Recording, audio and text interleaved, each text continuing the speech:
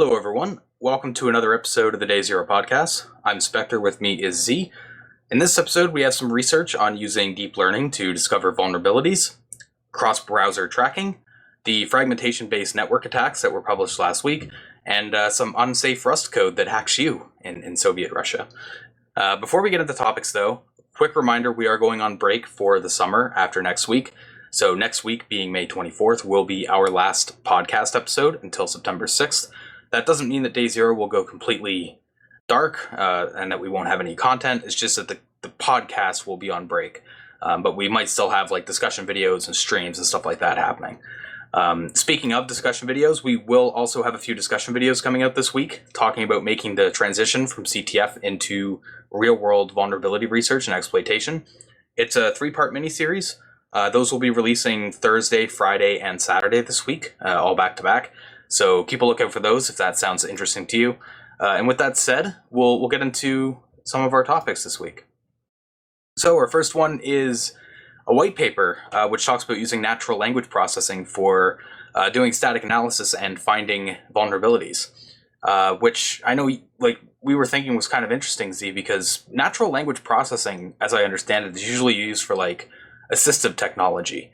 Not really used. I haven't really seen it used in the context of like programming languages or just operating on code before. It's usually used, of course, with natural, human languages. It's not so much used with programming languages, which did make this one stand out a little bit. I wish as a paper they would have gone a little bit deeper on that, but it was still interesting nonetheless to see at least an attempt to apply the natural language kind of training and all of the theory that's gone into that, because there has been a ton of research in that area, and just trying to apply it to code and seeing if it works.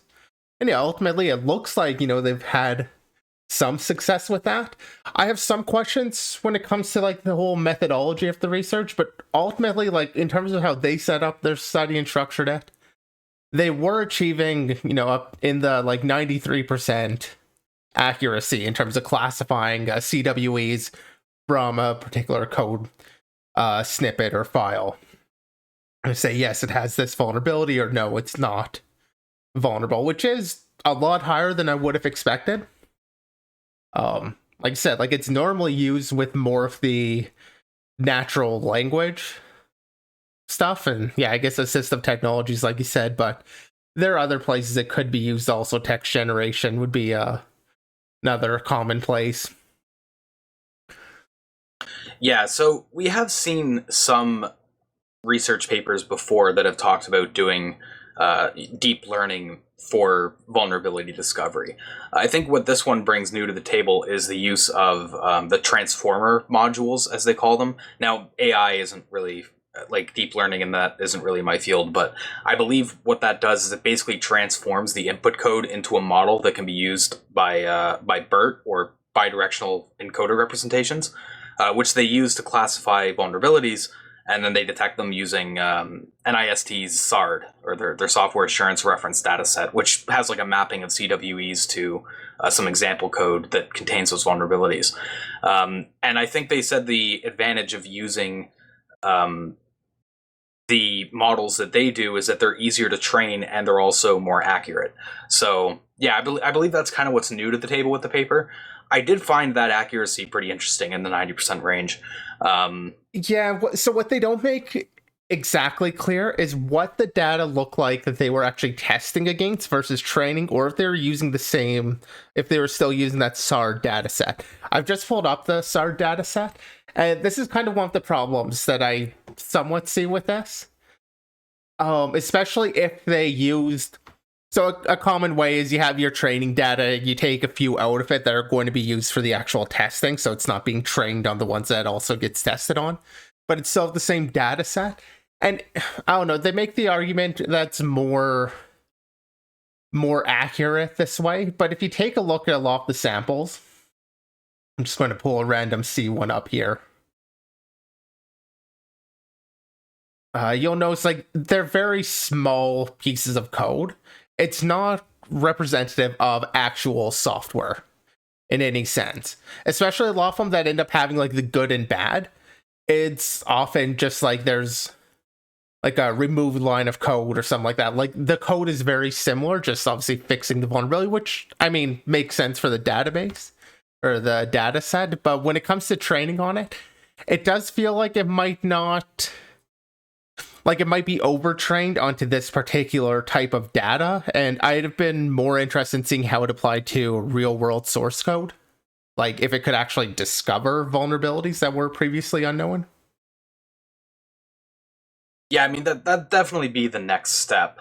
I can kind of see why you would want to do this type of testing, at least for starting out, just to see, okay, is this promising? Is it worth pursuing? But yeah, like doing it this way with these limited code samples, it's not going to be able to really. I have doubts that it'll work too well on a monolithic code base, which has a lot of complexity, especially with like C++, where you have so many different ways you can have indirection. So I would be interested. That's another thing too. I don't think they really touched on it in the paper. I could be wrong. Maybe I missed it, but it would be interesting to see how well it works in comparison between C and C++. They kind of focused on C and C++ as a collective for the premise of the paper. But I can see something like this being far more effective on a C code base, like let's say a kernel, as opposed to like a C++ code base, like a game engine or a browser or something. So that would be kind of interesting to look at too. So I don't know if maybe those are in like the next steps for what they want to do, but yeah, I mean, I think it looks promising as a paper, but I don't think it's really at a practical state yet. And to be fair, I mean, that's what a lot of the papers are that we cover. Yeah, so. To be fair, like it is research, and like I said, they did kind of set out to look at that. Like, can we even attempt to apply the natural language stuff to this? And I think they've had some success with that. Like that is promising results. I'll say that much. I do feel like though they could have at least just tried to run, or maybe they did just had like terrible results, so they didn't even include it. It just feels like, you know, they've trained it on this. They should just be able to say like, yeah, and it also worked or also didn't work on. I guess since that would be putting in bad light, perhaps they wouldn't include that. But I mean, it seems like it wouldn't even take much extra work to set it up that way. Although that does mean that the code isn't self-contained, and a lot of what they're going to be finding here kind of require that everything be in the same file. So that could also be just the place where it's somewhat limited. But I mean, like I said, it's research. There's definitely some promise here in terms of the results, at least from this evaluation of them. Yeah, so it'll be interesting to see if that research ends up, you know, bearing any fruit in the near future. All right, so with that said, we'll move into some of our exploits. Our first exploit is kind of a fun one. It's Rust hacking you instead of you hacking Rust. It's basically stealing files from a victim's home directory using Rust macros, turning the Rust secure meme on its head a little bit. It exploits the VSCode editor to make this make answer macro that they wrote get expanded, which we'll call the read SSH key function that they have, which will find the user's private SSH key if they have one, and send it over a socket. In the case of the POC, they make it send to a local address, but it could be sent to a remote address too. So when the editor runs the preprocessor for that macro, that SSH key gets exfiltrated, and it demonstrates that an attacker can make something malicious happen just by opening the project in VS Code. Yeah, so that's kind of where the issue comes in. It's not so much the editor that has the issue. Like, it's not VS Code with the issue. It's the Rust Analyzer tool that has the issue. And Rust Analyzer is the language server implementation. So you run a language server, the editor connects to the language server and just kind of sends files, sends what you're typing or whatever, sends queries over to it, and it'll analyze your code base and determine, what's a token or what something refers to. All of that is done by the language server. That way the editor can learn about new languages without needing to manually implement like every new language. The language designers can create their language server. So the issue here is the fact that these processor macros, they're meant to be executed at compile time. So if you were compiling this, that code should be executed. That's fine. It's a security risk, but you kind of understand that. It's the fact that it will also execute them during that analysis phase, when you're just looking at the code, that's where I think you could argue maybe it shouldn't do that, or it should be documented that it will do that, something like that. But in this case, because of the fact that it does execute it while doing the analysis pass, just to figure out what things refer to, that's where it's able to execute the code in just opening within VS Code or within any editor that uses that language server. Yeah, so like I said, here they're exfiltrating an SSH key. In theory, you can basically do anything, though, with this kind of attack. You could exfiltrate other files or just like pop a shell or whatever. So yeah, the POC itself is fairly innocuous, but it could be used to do some serious damage. I mean, we have seen cases where malicious projects have been used to try to attack people. With the North Korean state actors, they were sending malicious Visual Studio projects. I forget exactly what they were abusing, but they were abusing a feature of Visual Studio to pop a shell or get code execution on a victim machine when they opened a malicious VS project. So, I mean, this may seem a little bit silly, but it could absolutely be used in a practical attack. We've seen it before. So, yeah. And because it affects the language server, it could potentially affect other editors as well, not just VS Code. I don't think they really touched on that too much. I think they mentioned it in passing, but they haven't really tried it on other editors. But yeah, I mean, scary out there. What can happen with language servers? It's an interesting attack surface. I am wondering, though, why they chose to exfil the file rather than, doing a demo of popping a shell. And I'm not sure if there are limitations on the type of code that can be executed within the processor macros. That might be why they only tried to exfil a file rather than popping a shell. So there might be limitations there. I was looking into it. I couldn't find anything that actually indicated that. The only thing that seemed to be the case was that it had to actually return a token stream. But it is something I'm at least wondering about, because it does seem like an interesting choice to not pop a shell, which just kind of implies everything else. Yeah, popping a shell is way more fun. I did just want to address something from chat quickly. People asking about Teamstar. So yeah, I know Teamstar hasn't been on in a while. It's just because I've been busy and haven't been able to do the PS4 streams.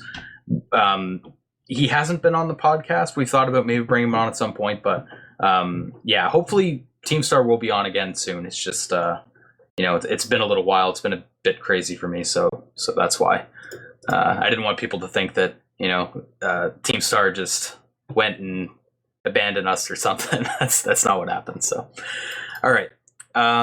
With that said, we can move into GitLab. So GitLab is in this week's episode through a HackerOne report from Vax.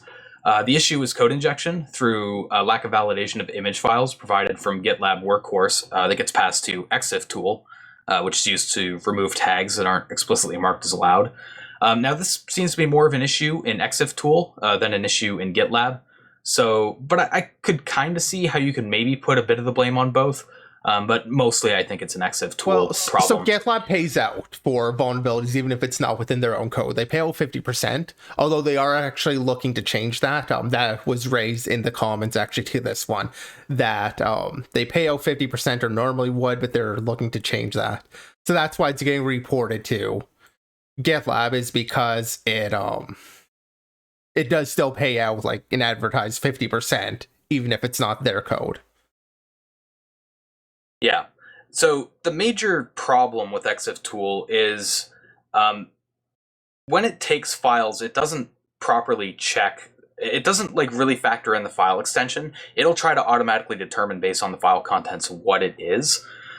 So if you pass a malicious file that with a PNG extension, even though it's a PNG extension, if you make it look like a deja vu, that's weird for me to pronounce for some reason. Yeah, probably deja vu. Deja vu, yeah, we'll say that. Deja vu file. It will get parsed as deja vu, not as a PNG image. And that file type is kind of special because it has some very interesting features from an attack surface perspective. One of the things it can do is it can convert C escape sequences But I don't think that's necessarily too interesting of a feature, like the fact that they escape the CS.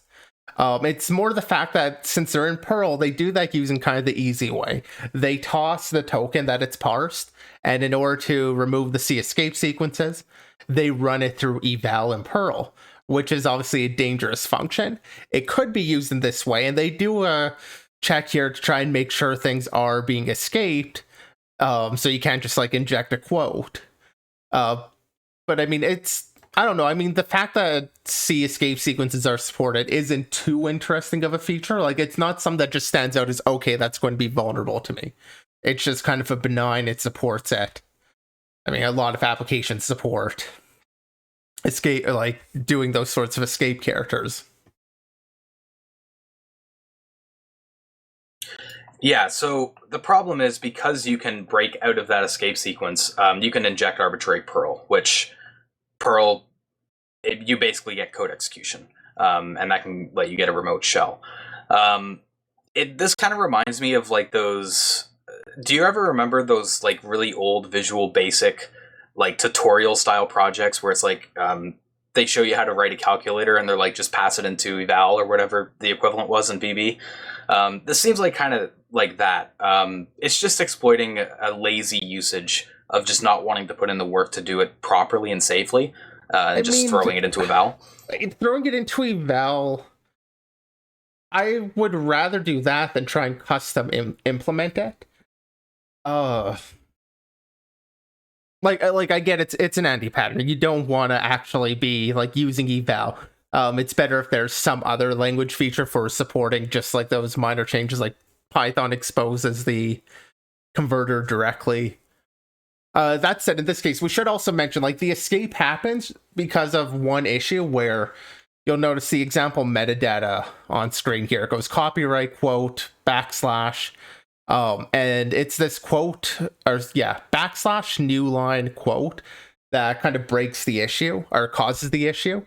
Because it's looking for that quote to already be escaped.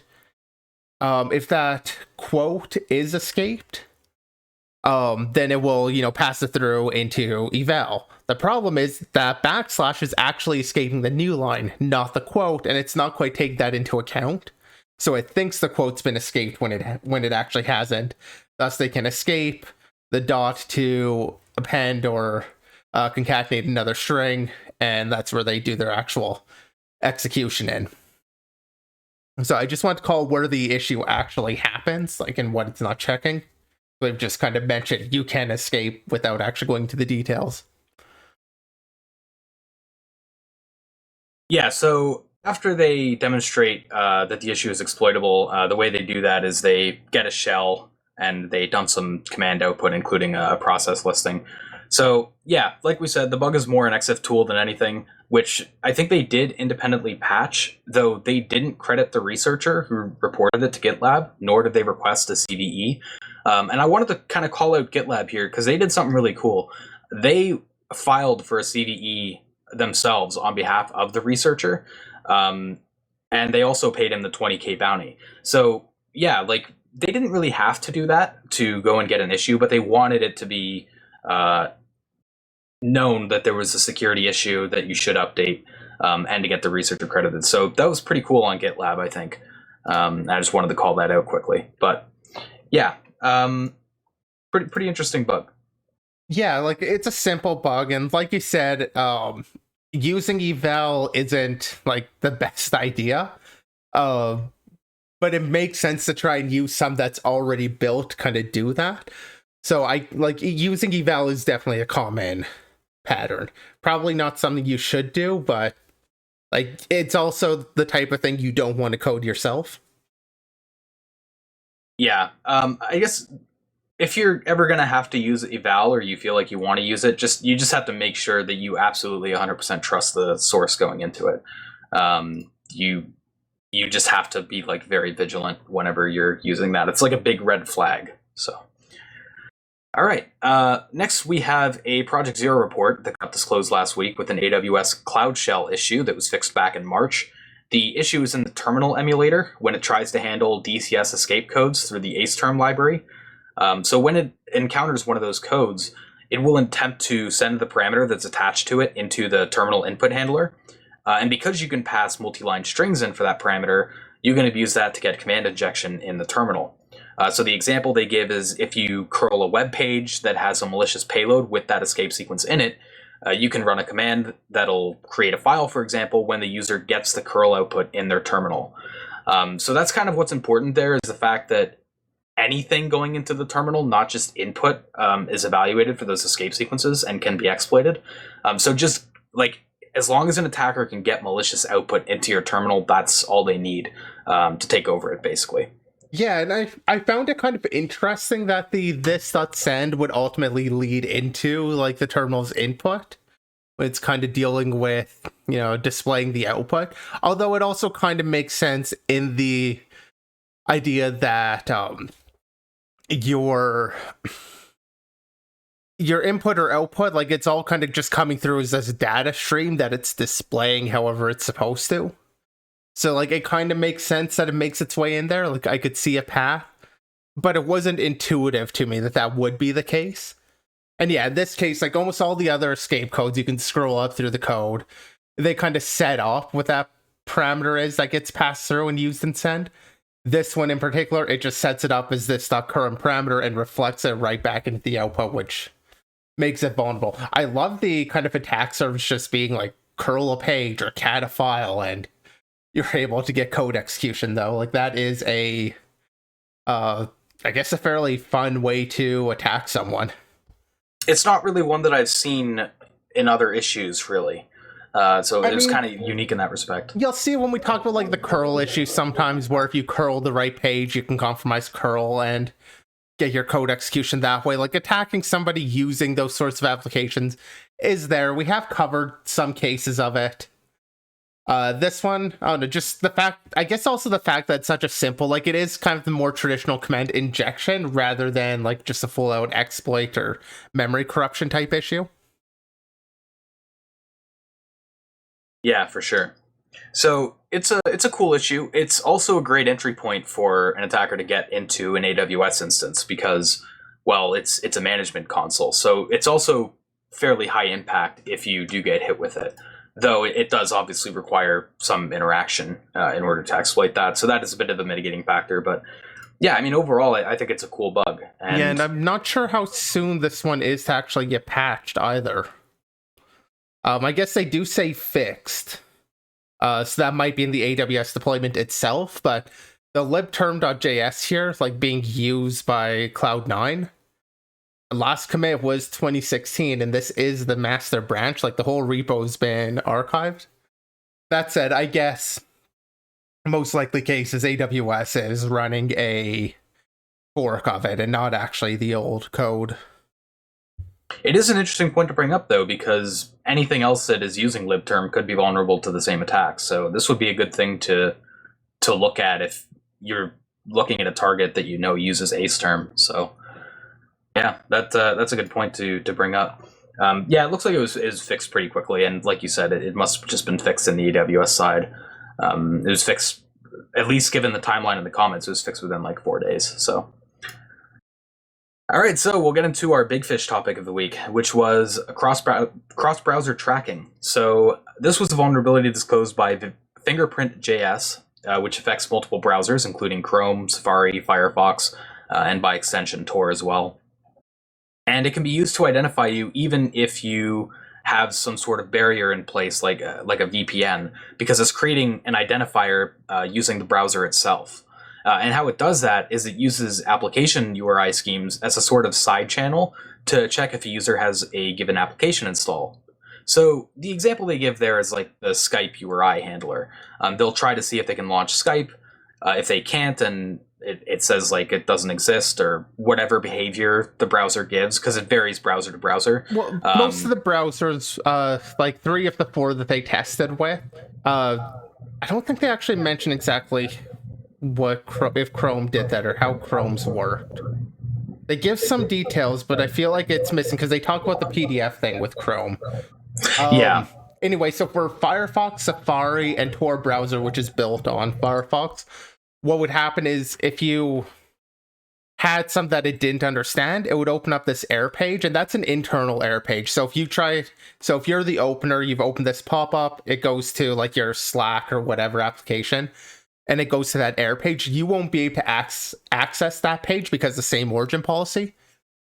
But if you try and open a handler or a custom scheme that does exist, it'll hit the about blank page that shows you that little dialogue, do you approve opening this application? It'll show you that dialogue, and it shows you that on an about blank page, which will be scoped so that you can access it through like the opener. So that's how they could detect whether or not it popped up. Interestingly, because Tor browser doesn't show you those prompts, it just disables them by default pretty much. The attack they used, rather than using a pop-up, or they were able to just use an iframe to check it, which made it a lot more silent. Because it would just hide the page for the most part. You just have the little iframe hidden away. So that was kind of an interesting attack. The fact that Tor browser ended up being easier to compromise, or quieter to compromise, I guess. Because that's kind of the big issue here, is the fact that you're opening pop-ups, you're testing all of these URLs every time. That's just going to be loud on any user. And I guess touching on Chrome had a little bit of protection where you had to have some sort of user interaction with the page before you could just open another. So it's before you can actually do pop-ups in general. But in this case, it also helped protect against opening the custom protocols. So to get around that, apparently all you have to do is trigger the PDF viewer, and that will basically disable that entire protection and treat it as though there was user interaction. Which, I mean, there's obviously a reason for why they did that. It's just weird. Yeah, so any extension can reset that flag, and that's because they have to be able to open custom URLs as per the specification. So the reason they went after the PDF viewer was because it was built in.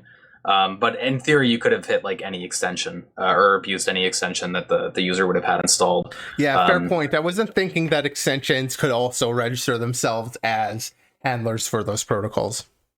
Yeah. So, yeah, that's I don't think they mention in Chrome actually how they detected whether or not it opened. They only talk about this, like this PDF trick that they use, and then they talk about that as how they could open it, and then Firefox, Safari, Tor browser.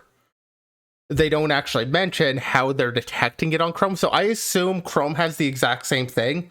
Internal error page, about blank for the prompt. But I'm not actually confident in that, and this write-up I don't think actually states that explicitly, or I'm just missing it. Yeah, I do wish they were a little bit more clear and like methodical, I guess, when it came to the browsers, because they talked about the differences between them. That was their like main point of that section, was saying, okay, what were the unique challenges, I guess, presented with each browser, which is cool, but it would have been nice to see a summary of the attack being used on each browser.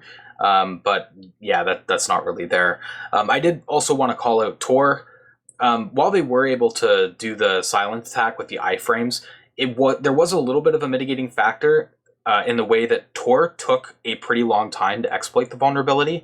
They don't really go into many details on why that's the case, but they said it could take up to like 10 seconds per application that you wanted to check, which they do have kind of a workaround for, and that's by tricking the user into using a gesture to run the application test, like a click event or whatever. And the example, or like a type in characters. So the example they give there is like a fake CAPTCHA. But yeah, Tor was a little bit strange in how it was almost like rate limited in how much you could do it because of how slow it was. But yeah, but by just probing for applications on a user, you could kind of build this unique identifier, and they call this scheme flooding.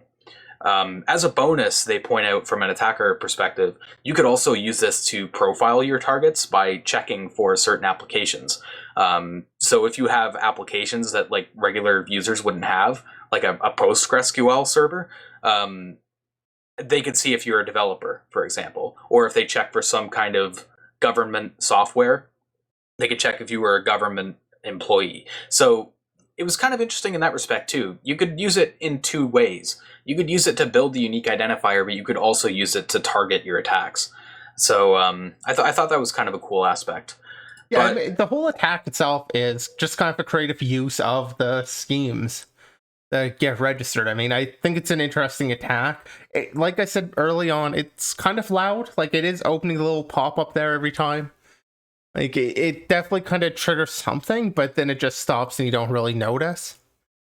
But the fact that it does that, it does take a little bit of time, even when you're not on the Tor browser. On any of them, it takes time to test every application.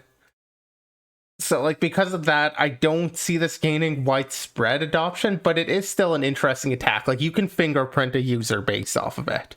And it works regardless of what browser you're currently using to fingerprint the specific device. I love these kinds of browser side channels. We've talked about a few of them before. I forget the exact specifics, but I remember we talked about one that had to do with like abusing the canvas to profile the user's screen. I just love these kinds of browser side channels. They're just so creative to me, and it's fun to see how they can be abused.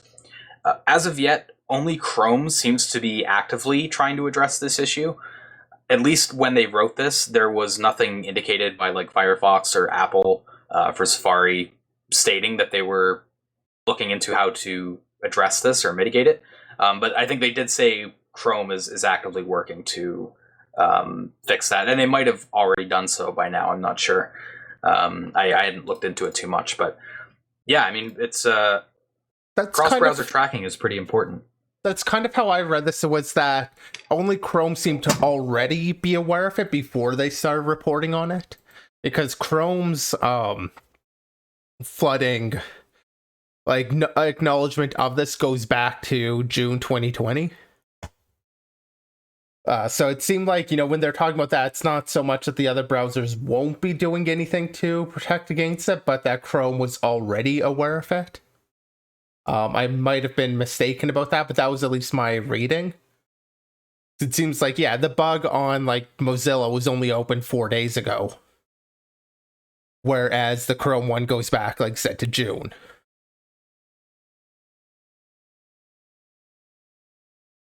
Sorry, I was just taking a quick look. They do have links at the bottom of the post to the reports that they made. So that's the one you were talking about with June in 2020 on Chrome. But it has had activity as of like 4 days ago. Yeah, but what I'm saying is it sounds like Chrome was aware of this before, like they didn't open the Chrome one. They opened the Safari and Firefox ones. I don't know, I guess Safari link doesn't work, but because it's the Mozilla bug that was opened only 4 days ago. The Chrome bug, though, that was opened back in June. I see. So that's what I'm saying. Like, when they're talking about it only seems like Chrome was aware of it. It seems like that's because Chrome was doing something about this before fingerprint.js ever, came up with this attack or reported this attack. Whereas Firefox is only acting on it, now that they've been made aware of it. Yeah, so this kind of reflects well on Chrome. And this has been the case, I think, with some of the other side channels we've looked at too. I don't know why, but it seems Chrome has always been a little bit ahead of the game when it comes to trying to mitigate these side channels. I guess that's just because Chrome is such a big player in the browser market, especially now where it's being used by like Edge too. But well, there's that. I mean, the fact that Google is an advertising company, just Chrome. The more they could lock other people out from doing the fingerprinting so that you have to rely on Google to do it, the better it is for them. So, like, they do kind of have a vested interest, despite the fact they do advertising and do that tracking, to actually make it harder for others to do that same thing. Yeah, it's a fair point. It's in their best interest. All right, so we have cryptocurrency appearing this week in the form of the Fei protocol used in decentralized finance, or DeFi. I want to state up front before we get into it, neither Z or myself have experience with DeFi, and this bug is a logical issue in smart contracts. The write-up goes into a lot of terms that seem a bit alien if you're not into the financial area, like flash loan-driven market manipulation and slippage tolerance. So it is going to be a bit of a tough one to cover. But yeah, I'll let you take this one away, Z. Yeah, as crypto, it's definitely not an area I have a lot of background in. I have like casually looked at the occasional DApp vulnerability, but it's not an area I really know too much about. But I will say kind of the key background with this attack, and what makes us, I guess it doesn't make it interesting, but side effect of this, the bounty reward on it was $800,000. Paid out in tribe, but still $800,000. That is, as far as I'm aware, like the biggest bounty report. That's got to be the biggest bounty payout.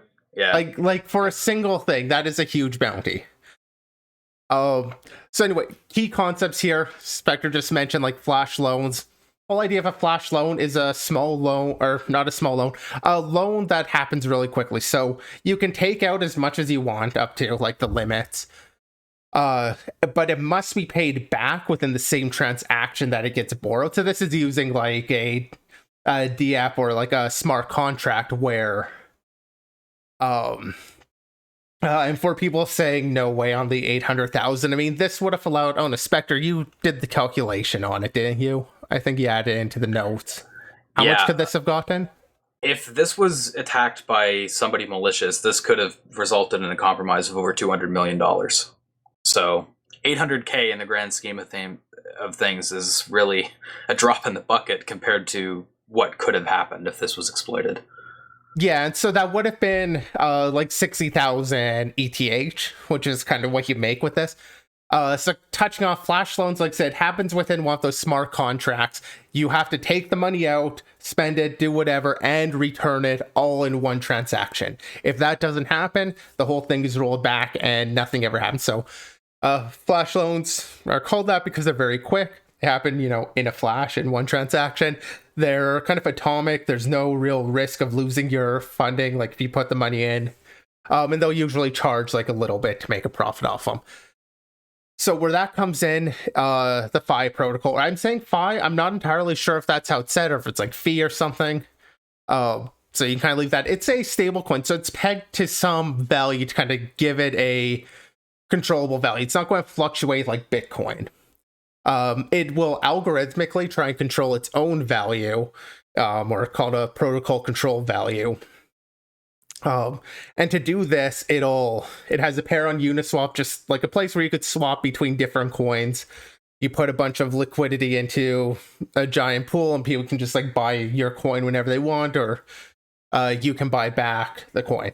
And it will also, if the value of the coin goes too high, it will start selling off cheaper coins in order to drive the value back down. So what it does with that is it has this bonding curve contract. Where it will sell off newly minted coins. If the price goes above $1.01, then it will just sell off on that bonding curve, being like, yeah, you can buy newly minted coins for $1.01 no matter what the other price is. And that bonding curve holds onto that money until somebody calls the allocate function on it. When the allocate function's called, it checks the prevailing price on Uniswap to see, hey, what's going great here, and adds in all that ETH back into the liquidity pool. Does its whole thing there, and it sells it off at whatever the prevailing price is to get the fee coins or Phi coins back. When it does that, it also is willing to accept like 100% slippage, which is just like the amount of price change that could happen between what you set your transaction at and what it actually goes for. And one of the issues there is the fact that it does check the prevailing price and then puts it on the market at whatever that rate is. So that something that Uniswap actually mentions is that you shouldn't, you have to be careful to basically add tokens at the right price, and you shouldn't do this in a smart contract. So allocate does check to try and make sure it's not being called during like a contract. However, there's a problem with that allocate function that was meant that if you called it in a contract, but only during the constructor of the contract, or in part of the transaction, I'm not exactly sure where the constructor happens. Obviously the start, but If you call it in the constructor, it'll let you call allocate in the middle of the rest of the smart contract. So they were able to kind of attack what the price was that it was going to sell it back off. So the whole attack here, putting everything together, you'll flash borrow some ETH, use that ETH to purchase Phi on Uniswap. That's going to drive up that market rate, getting it to like, $1.20 or something high, whatever it is. Once it's pumped up, you can go to that bonding curve and buy a bunch of Phi at just $1.01. So now you have a bunch of Phi and the bonding curve has a bunch of money. So you can trigger that allocate call. And it'll add that liquidity back into Uniswap. Trying to buy back the Phi coins there at this elevated price. All this Phi that you bought, especially that Phi at $1.01, you can now sell it right back to the Phi protocol at this elevated price, profit off of it with all your new ETH, repay your flash loan, and pocket all the money off of it. So the calculations figured out if you were to abuse basically every flash loan available, you'd be able to get away with about 60,000 ETH. Yeah, it's basically money printer go burr with this scenario. Pretty much. And I guess I will mention, like, flash loans, it sounds kind of weird. It's normally used for, like, if you notice a price difference between two crypto coins on different markets, you can use that to expand your gains off of taking advantage of that price difference. That's usually, I believe, where it's used. Is kind of for that arbitrage scenario. Yeah. But in this case, it just funds the capital intensive attacks, which also seems to be the other use case for flash loans. So toward the end, they go into some detail on what the best practice should have been here, which is you should use an oracle as well as a slippage tolerance so that the price you're getting from the oracle isn't being manipulated, or at least you can mitigate its manipulation when performing these kinds of swaps. So the fix was kind of a two-part fix.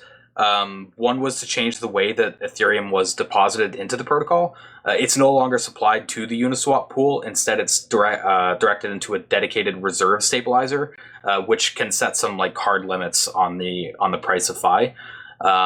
And the other fix was to use a 1% slippage tolerance, which before the function was like a 100% slippage tolerance on allocation.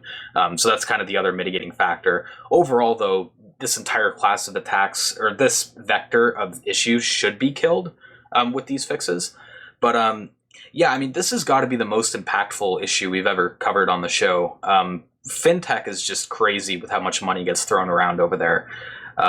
It's a very big industry, and that's why originally when I saw it was 800K, I was like, wow, that's crazy. But when you look into the actual issue, it really doesn't seem that crazy of a payout. It makes sense. So, especially when, had this been abused, not only would they have gotten away with a lot more money, it would have destroyed trust in the entire coin.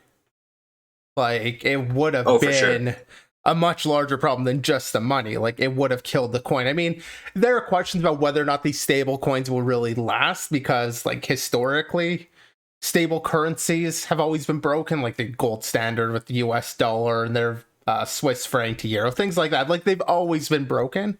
So there's thoughts that that's going to be the same thing with, any of these cryptocurrencies, but it is yet to be seen.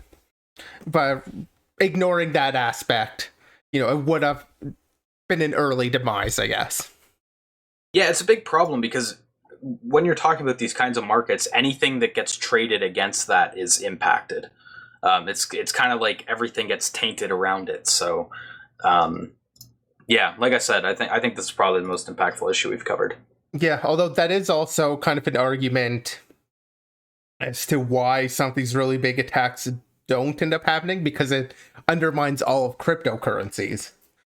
So it's like you end up undermining the value of whatever you stole.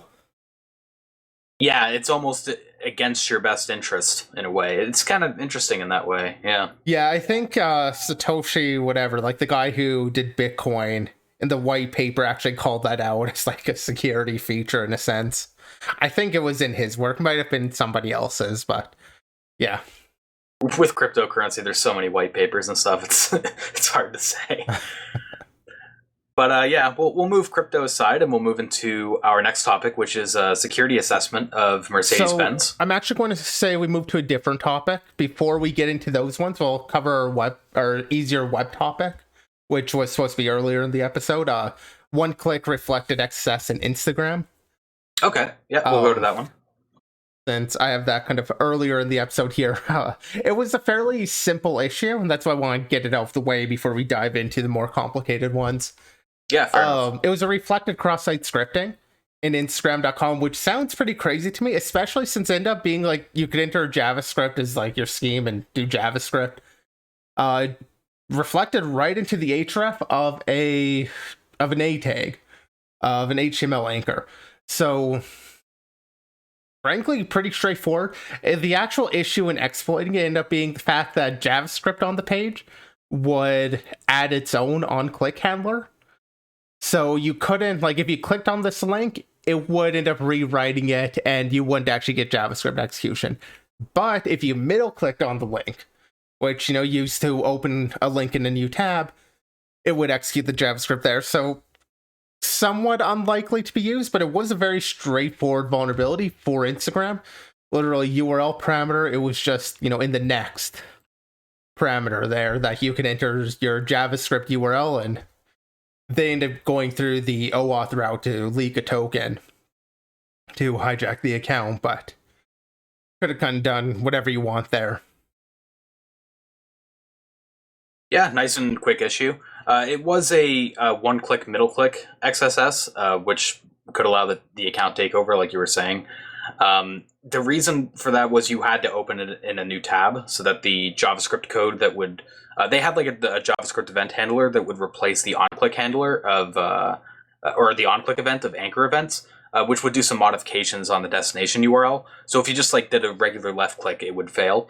But if you opened it in a new tab through a middle click or whatever, then that JavaScript code wouldn't run and the attack would succeed. So it was like interaction needed. It was a one-click XSS. Facebook still took it though and paid out. But because it required user interaction, they didn't pay as much as we've seen in some previous bounties. In this case, they paid out $9,600, which is still pretty good, I think, considering the circumstances. But yeah, still more than a lot of places would pay out for a user interaction XSS, but yeah. Yeah, sorry, my notes were a little bit out of order. I think we're back on track. So we have one more, actually, which is the D-Link router issue. Yeah, that's where I was going to go to next. So, yeah, this one's another kind of quick one. It's a D-Link router vulnerability in the DIR 842 routers. After this researcher bought it and did some initial research, the author discovered they could enable Telnet in the admin panel and connect to it with the admin user credentials. So in that sense, like, obviously, if you already had the credentials, getting a shell was pretty easy. But they decided to look at Telnet as an attack surface to see if there were any issues that could be exploited without having the credentials, obviously. And it's kind of an attractive attack surface, as the researcher points out, because it can be hit remotely, right? It's Telnet.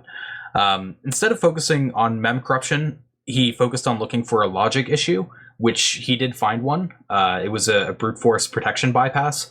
So when logging into Telnet, it'll try to somewhat prevent brute force by trying to rate limit how many attempts you can make.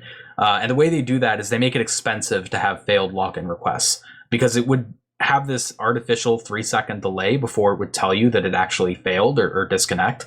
But there was a bit of a side channel exposed, because a successful login would usually reply with a welcome message within 0.05 seconds or so.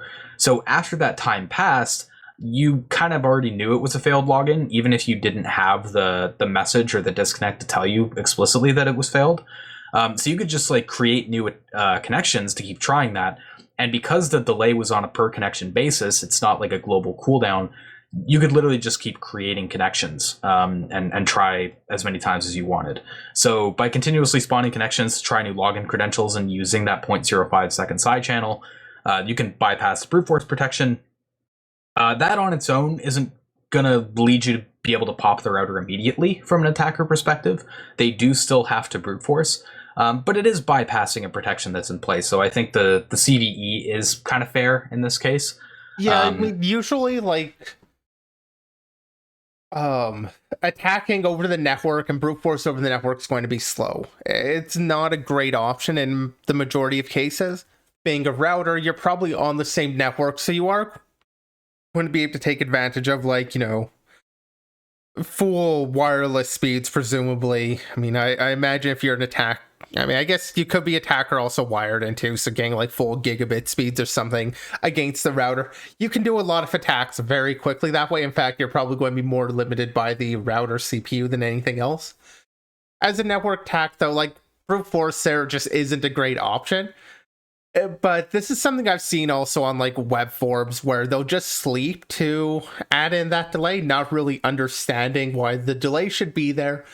Like with password storage, you shouldn't be doing like just a salted hash or something. You should be using a hash that actually takes time to compute. Exactly how long will depend on what your security considerations are, but like the computation itself should be what takes time to slow down the attack, not this sort of artificial introduction of a delay. So I mean, I thought it was still an interesting attack to talk about, although the practicality, like I said, over the network just isn't a great option regardless. Although maybe they're likely to also be using a small password. Otherwise, like, you're still going to be fairly limited, and it's still going to be pretty loud on the network. Yeah, and you're not getting like an immediate compromise, so it's a fairly low impact issue, but it is interesting in the way that it shows that the protection they had in place was kind of just not really useful. Yeah, it was just kind of thrown in there, and maybe if you looked at it at the surface level as an attacker, you would get bored and go away. But if you actually looked at it and tried to get around it, then you could pretty easily. It's almost like falling into security through obscurity category in that respect, in my view. But yeah, and now we'll move into the open security assessment from Keen Security Lab on Mercedes-Benz. In this report, they detail some background research on the car and the architecture of the infotainment system and whatnot. They also discovered 5 vulnerabilities in the HiQNet protocol, 3 of which were in the infotainment ECU called the head unit, and 2 of them were in the Hermes module, or the TCU, which provides the head unit internet connection and receives vehicle commands and stuff like that. This report is very long, at 91 pages. It's mostly just background information, though, on the environment, as well as some various attack surfaces and some post-attack things you can do. Yeah, like, my thought reading this was honestly that if somebody wanted to get into the car hacking, this might not be a bad place to look. Now, I don't know enough to say how applicable, like, the Mercedes research is going to be to, like, some other vehicle. There's obviously going to be some similarities, but they do talk about, like, how they set up their test environment, their test bed. The general architecture they're dealing with. Like you said, there's a lot of background here, and I think there's a lot of useful information. Out of chat, Shouting Cop also just mentioned the Car Hacker's Handbook, which, another resource, I'm not sure how well it's aged, would be my only concern on that one. That said, like I said, I don't know enough to actually make the comment on whether or not it's worthwhile, but that is another resource out there. This one being, I guess, a bit more recent and a more practical look at something. Yeah, I don't know. I mean, it's an interesting free write-up. There's a ton of information here. I mostly just focus on the vulnerabilities that they found in the HiQNet protocol, but they do go on a little bit more into more detail elsewhere. Yeah, so if you want to look specifically at the vulnerabilities in the report, those are detailed on pages 31 to 45. So only about like 14 of the pages in the report are actually dedicated to the vulnerabilities. A lot of the stuff afterwards is post-attack stuff you can do, which if you want to do car hacking is probably of interest to you. But if you're not really in that field, then you could probably skip those pages. The first vulnerability is an out-of-bounds read when parsing messages due to an unchecked length field when calculating the next message's address. So you can get this out-of-bounds memory read as a message. The second issue is an unchecked count field in the multi-SV get message payload for retrieving SV objects. Third bug is yet another unchecked count field in the get attributes payload in the exact same message type as the last one, the multi-SV get message. The fourth bug, another unchecked count field. Instead of multi-SV get, this one's in multi-SV set. So it's kind of similar to the last issues. It's just in the set path. The final and probably most interesting issue, purely by virtue of not being a trivial heap overflow, was type confusion in the multi-SV set attributes handler. So most of the issues, like 4 out of the 5, are kind of memeable. They just don't check for... They just don't do any validation on the count fields that are provided, which seems a bit strange. I kind of would have expected a bit better, but yeah, it's I don't weird know why. that they write. So the way the count field issues worked is they wrote into that fixed size buffer, an unchecked count. I don't know. It's one of those really stupid issues that we've actually been seeing a few times in the last couple episodes. Is there's some count of things and it's just copying them into one by one into a fixed size buffer without checking the buffer or checking it appropriately. I don't know. It is such a stupid issue, and yeah, I mean that's all I'm going to say there. Yeah, with this report, I got the impression that with the vulnerabilities that were found, there's no way that this code was thoroughly tested or code reviewed. Because if you were doing a security assessment, an internal security assessment should catch these issues pretty quickly. So that was a little bit concerning. I feel like, I know IoT has always kind of been a bit of a meme, but cars, they need to be held to a bit of a higher standard, I think, when it comes to how well written their code is in terms of security. Because, I mean, cars are massive machines that if somebody gets enough access, I mean, here, some of the issues were in the infotainment system, which somebody might be able to unlock the car or something or open the doors, but the impact isn't super high. But if they can get into the control unit and get into the CAN bus, I mean, that's a very dangerous capability for an attacker to have. So it's a little bit disappointing that it seems car security is so bad. The code and chips running in the engine and stuff are more regulated than the infotainment unit. That's why the infotainment unit is such a common entry point. But it is worth noting, there are more regulations regarding the code standards when it comes to the onboard chips rather than the infotainment unit. And then there are regulations regarding the infotainment unit should be firewalled off from the CAN bus and things like that. I'm not actually sure if that's standard, but there are restrictions regarding certain architectural things. It's not it's a Wild West entirely. Still the bad code. And it is worth noting, I'm not sure how practical access to this particular attack would have been, because the way they got access to the high Q protocol was by basically soldering onto the chip and pretending to be there's a device that they are pretending to be. I forget what the device was. Yeah, we removed the CSB from the head unit and soldered these test points with an RJ45 cable. They literally just soldered their own Ethernet cable on, plugged it into a PC, and that gave them access and set the PC up to use whatever IP the CSB had. So they were pretending to be the CSB, which had looser firewall restrictions, but it did require soldering onto the chip. That is a limiting factor. I do feel like the physical threat model is totally valid, though. Oh yeah, jailbreaking, for example, would be a thing with cars. It's there too, but as an attack, a malicious attack, it's definitely a lot more restrictive than, say, the wireless attacks we've seen on Tesla. Yeah, somebody made the joke in chat earlier about Mercedes-Benz jailbreak ETA when. So, to balance the scales a little bit for Mercedes-Benz, I did want to call out, Tencent included this little letter at the bottom of their post. I don't know if you managed to take a quick read of it at all, but it was a very positive letter from Mercedes-Benz to Tencent Security Lab, basically thanking them for their efforts to disclose vulnerabilities and do it responsibly, saying we experienced you as a valuable and professional security research lab. Taking this opportunity, we would like to emphasize that we highly appreciate your profound know-how, expertise, and effort you have put to help further secure our vehicles. We hope you accept this letter as our appreciation for your work. So, I mean, we've covered some issues before where vendors have taken reports very badly, and that's definitely not what's happened here. Mercedes-Benz has taken these kind of in stride, and I wanted to call that out because I thought that was a really cool letter that they included at the end. Yeah, I mean, it's a positive response, and as we've said multiple times, I mean, I care about the response a company has to vulnerabilities rather than the presence of vulnerabilities. And I do want to also shout out Chappie Hoppers doesn't run Doom.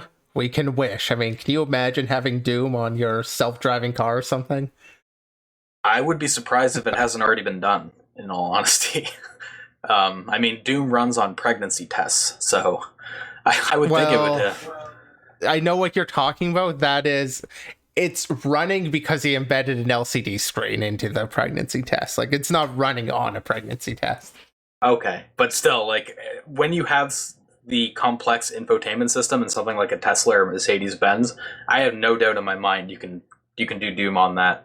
And I would, like I said, I would be surprised if somebody hasn't already done that. So, if not, maybe that's a goal for someone to strive towards, if you're listening.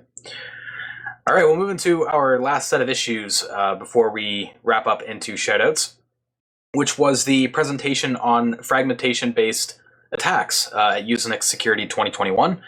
There was also a tool released to test for these types of issues and access points and clients. Several different attacks were detailed, a combination of design and implementation issues. There's a lot of different ways you can read into these attacks. There's a white paper, there's the Usenix presentation, you can look at the code for the repository, but I would really suggest the Usenix presentation. I actually watched that and it was really well done in my opinion. Yeah, I mean, the nice thing about like conference presentations in general, like actually for a lot of times when we've talked about the conference presentations and papers on the podcast, I've watched the presentation as like my prep rather than going through the actual paper first.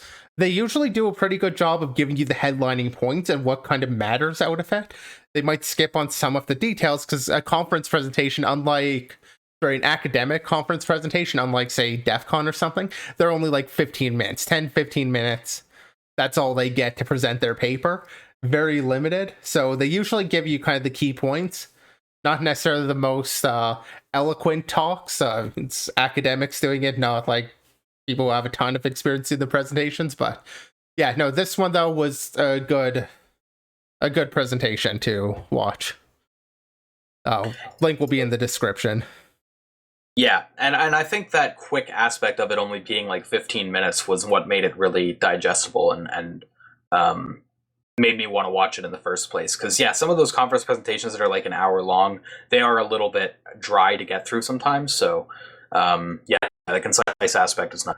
So like I said, a combination of design and implementation issues, they all assume that you have man-in-the-middle capability, which is a fair place to argue from. Sorry, I just got to mute the video. These all affect WPA3 and WPA2. Some of them have existed since WEP, which has been around since like I think it's like 1997 or something. So some of these issues go back for decades. So yeah, there's an abundance of access points and clients that can be vulnerable to at least one of the detailed attacks. Starting out with the design flaws. The first is in packet aggregation, where packets can get aggregated together for efficiency purposes. So instead of just sending one large packet, it'll be a packet that consists of sequential embedded packets with metadata attached to the front of it. And what defines whether or not a packet is an aggregated packet is defined by a flag that comes just after the header. And the problem is that flag is not authenticated. So if you're in the middle, you can just flip that flag from false to true in what's supposed to be an unaggregated packet. You can give yourself the ability to inject arbitrary packets by faking an aggregated one, basically. Yeah, and I thought that was a really cool attack, and it does depend on you being able to control the data stream of the packet. So the example they use, like if the victim requests a page off of an attacker control domain, or I think they specifically say an image, you kind of control the data there that's going to be in that packet. And then as the attacker, you're also man in the middle. You're able to flip that flag on the actual Wi-Fi packet or frame being sent over the air. So like the content's still encrypted. You can't actually see that, but the header isn't protected. So yeah, I thought it was a really cool attack just to be able to inject packets like that. Not something I've ever really considered being able to do. They use like the actual attack as like an ICMP router advertisement. So you can advertise like a new DNS server that they should use if they haven't set one specifically. I mean, interesting attack there, but just, I don't know, injecting packets seems like it could be a very useful primitive to have. And definitely just like an interesting attack concept and how it comes about. Difficult to execute in practice. They do have some of the other issues they talk about, because they talk about quite a few, are implementation issues that would make it easier to actually perform this, such as not requiring that user interaction by sending a special packet to some servers that don't handle it properly. But like on a whole, you know, you need to control the data frame and flip the fragment flag. Yeah, the aggregation flag. Yeah. Yeah, sorry. I'm thinking of the other one. Yep, no worries. The second design issue is an issue when it comes to the packet fragments, specifically when they're being cached. Mainly the fact that those cached fragments will not be cleared when a client disconnects. So if an attacker sets up a spoofed MAC address and sends some malicious packets and gets them stored in the cache, those can get reused later when the victim connects, and that can allow for both packet injection and leaking packets. So it's almost like poisoning the cache on the access point, basically. I thought like the design issues in particular are really cool attacks just in how they work. The third design problem is a problem with how fragments can all be sent with different keys when encrypting them. On the last one though, with the fragment cache, like I do want to show like that again is a really cool primitive to gain where, you know, you connect, you spoof some entries into the fragment cache, and then the victim connects, and they end up their next like fragmented packet will potentially use your cache fragment. Like basically, again, it's being able to inject little bits of the packet, being able to control part of that. That's just, you know, another really cool primitive. I mean, all of these I think are cool primitives, even though they are somewhat academic in terms of performing them, especially this next one, which I'll let you get back to describing. Yeah, so the third problem is how fragments can be sent with different keys encrypting them. Since an attacker in the middle can choose which ones to pass on and which ones to just drop, they can drop fragments entirely. And for whatever reason, the other end will attempt to reassemble fragments, even if the session key gets refreshed and fragments are sent with the different keys. So you can get fragments with different session keys assembled together, which could potentially allow packets to be leaked. Though, like Z said, this of the three design flaw attacks, this one seems to be the least practical. In the presentation, the researcher even noted this is mostly academic. I was kind of thinking the same thing when he was explaining the issue. It was like, I don't really see how this could be, like, why an attacker would want to do this, like what they could really gain by doing it, or how they could easily, because I mean, that's the thing. I have no idea how you would use this to attack, but I love the primitive here. Like, it's such a cool issue, I think, to just be able to like play Legos with the packets. Obviously, it depends on like the session key changing, so that needs to periodically be changed, which isn't a common setup.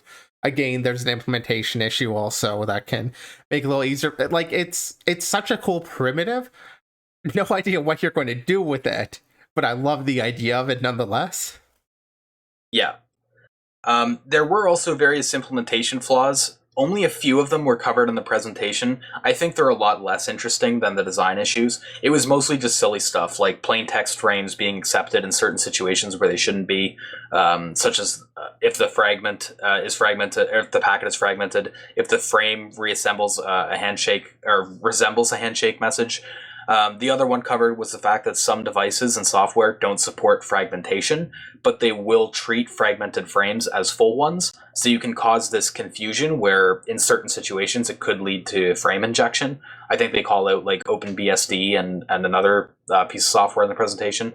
The the implementation flaws are mostly just things that could augment taking advantage of the design flaws, as far as I could tell. But yeah, like the design flaws were really awesome in how they worked.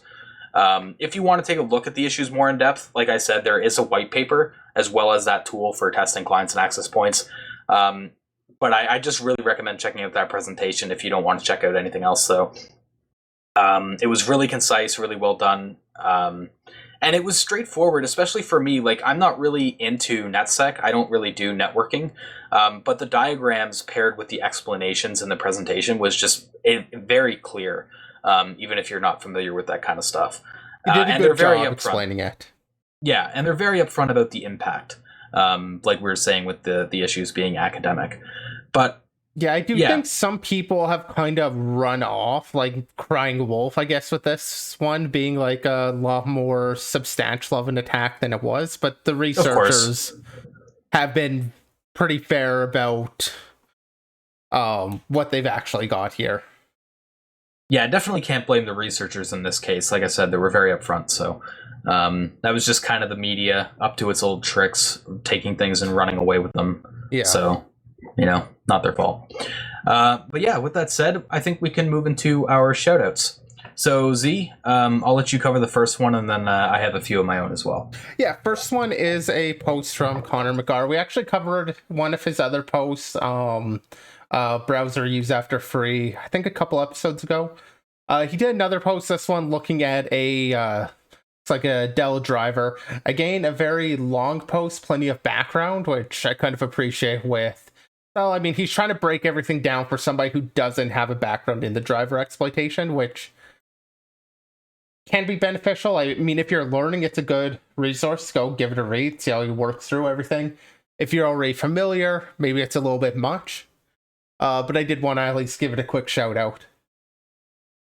Yeah, it is quite a long post, so that's part of why we didn't cover it. But yeah, long doesn't necessarily mean bad. It's just it will take a little bit to get through. One of my shoutouts is the Project Zero. Project Zero put out a project for fuzzing, targeting Hyper-V emulated devices. So they didn't really put out a post. There's not too much to talk about here, which is why I mostly left it as a shout out. But like, we love talking about Hyper-V, and we do talk about fuzzing quite a bit, obviously. So I wanted to shout out the fact that they dropped this coverage guided fuzzer. And it's something you can check out if Hyper-V is like an area of interest to you.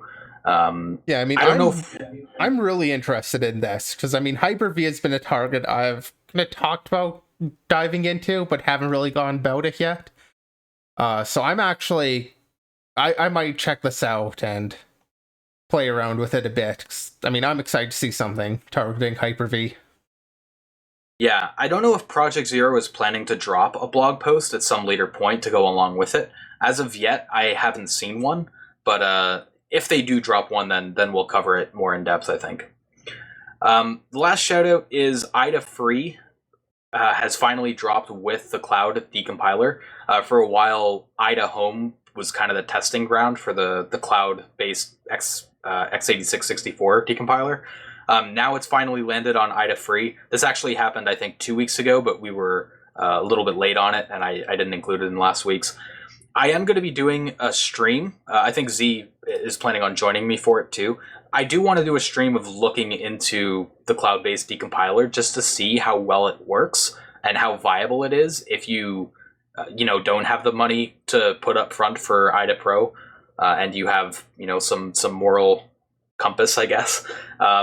So yeah, I want to take a look at the cloud-based decompiler, see how well it works. I've heard some not so great things about it. Like mainly that it's like really slow and it's kind of haphazardly thrown in there. But like I said, I want to do a stream taking a look at it myself, and I think that could be fun. So we don't have an exact date nailed down for when we're going to do that. I'm thinking maybe Friday.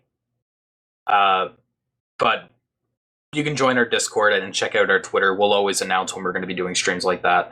But I just wanted to show that out. If you want to take a look at that and you have been looking for like a decompiler solution and Ghidra has not been doing it for you, then you can check out the cloud-based decompiler here for x64. Binary Ninja Cloud That's free, is it not? I mean, it's limited, I think, to like 5 MB executables, which is a pretty big limitation. But otherwise, I mean, it's free. I believe it has the decompiler in there too.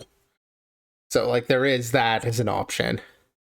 Yeah, like you said, though, it is a bit limited. I don't believe the IDA cloud-based decompiler has that limit, but I am not 100% sure. Yeah, we'll find out on the stream. Yeah, I don't know. I mean, like, somebody in chat mentioned, but IDA is bad. I mean, I have been trying to avoid using IDA. Like, I've dropped IDA. I don't have it installed. It just on like a more personal level, but it's a tool. I mean, you can use it if you want to. Personally, I just don't really like how, like, the company's lost a lot of goodwill for me. So, like, just on a personal level, I don't use it, but, like, it's a tool, and it is the standard tool for a lot of this work, so, like, I mean, it's worth at least knowing and using a bit, because you might be in the scenario where it's your only option. I have been in that scenario before. Or I guess Cutter and the R2 fork, Ryzen. But yeah, I mean, we'll be taking a look at it. I think it's still worth looking at, even if I'm not a big fan of IDA. Yeah, I mean, ultimately, it's free, right? So there's no harm in taking a look at it. If you like it, then that's awesome. It is kind of funny, though, because this, to me, like, IDA Home was already not worth it in any like way, shape, or form. Now it's even less worth it with this, I think. They're making IDA free better, and IDA Pro has always been kind of good if you can afford it. IDA Home is just in this weird middle land where it's like nobody really cares about it. I would be surprised if they've sold many licenses for IDA Home. I mean, IDA Home's just in the wrong price range. Like, that, yeah. I think, has been the big thing. It's not that it has features nobody wants. It's that it's the features people want at a usually, like, way too high IDA price. Yeah, it just doesn't really know what it wants to be. But yeah, IDA free, at least. Oh no, they know. They're hitting the corporate pricing just right. Like, they're getting it. They know what they're targeting. That's fair. I can't really. IDA Home isn't for corporate, though. I mean, the pricing still is. Maybe, but you're not supposed to use it in corporate environments. So that's what I mean. It's like it's kind of confused of what it wants to be. Anyway, though, I do want to commend Hexphrase a little bit. They have been putting work into making IDA free better. I remember when IDA free was very bare bones. It didn't really have anything. I don't even remember if you could analyze 64-bit at one point in IDA free. So the fact that it can analyze both 32-bit and 64-bit, and you get an x64 decompiler, I mean, that's pretty nice. So it's worth checking out if you're looking for a decompiler solution. So yeah, and like I said, we will be doing a stream on that. With that said, thanks to everyone who tuned in. VODs are up on Twitch and YouTube, as well as Anchor 24 hours after the podcast. Before we head out, I'm going to quickly plug again that we do have a few discussion videos coming this week that talk about making the transition from CTF to real world, both when it comes to vuln research and exploitation. It's a bit of a mini series of 3 parts, and it will be released on Thursday, Friday, and Saturday. Yeah, and that's something we've been working on or wanted to get done for quite a while since we did that getting started. And thank you, Spark21, for the sub. Looks like that's 2 months. Yeah, appreciate it. Also, like I said, we are planning to do that stream looking into IDA-free cloud decompiler. In terms of the podcast, we'll see you again next week for the last time before our break. So May 24th will be the last episode, and then we'll return again on September 6th. So yeah, with that said, we'll see you next week at 3 p.m. Eastern, 12 p.m. Pacific for the last episode before our break.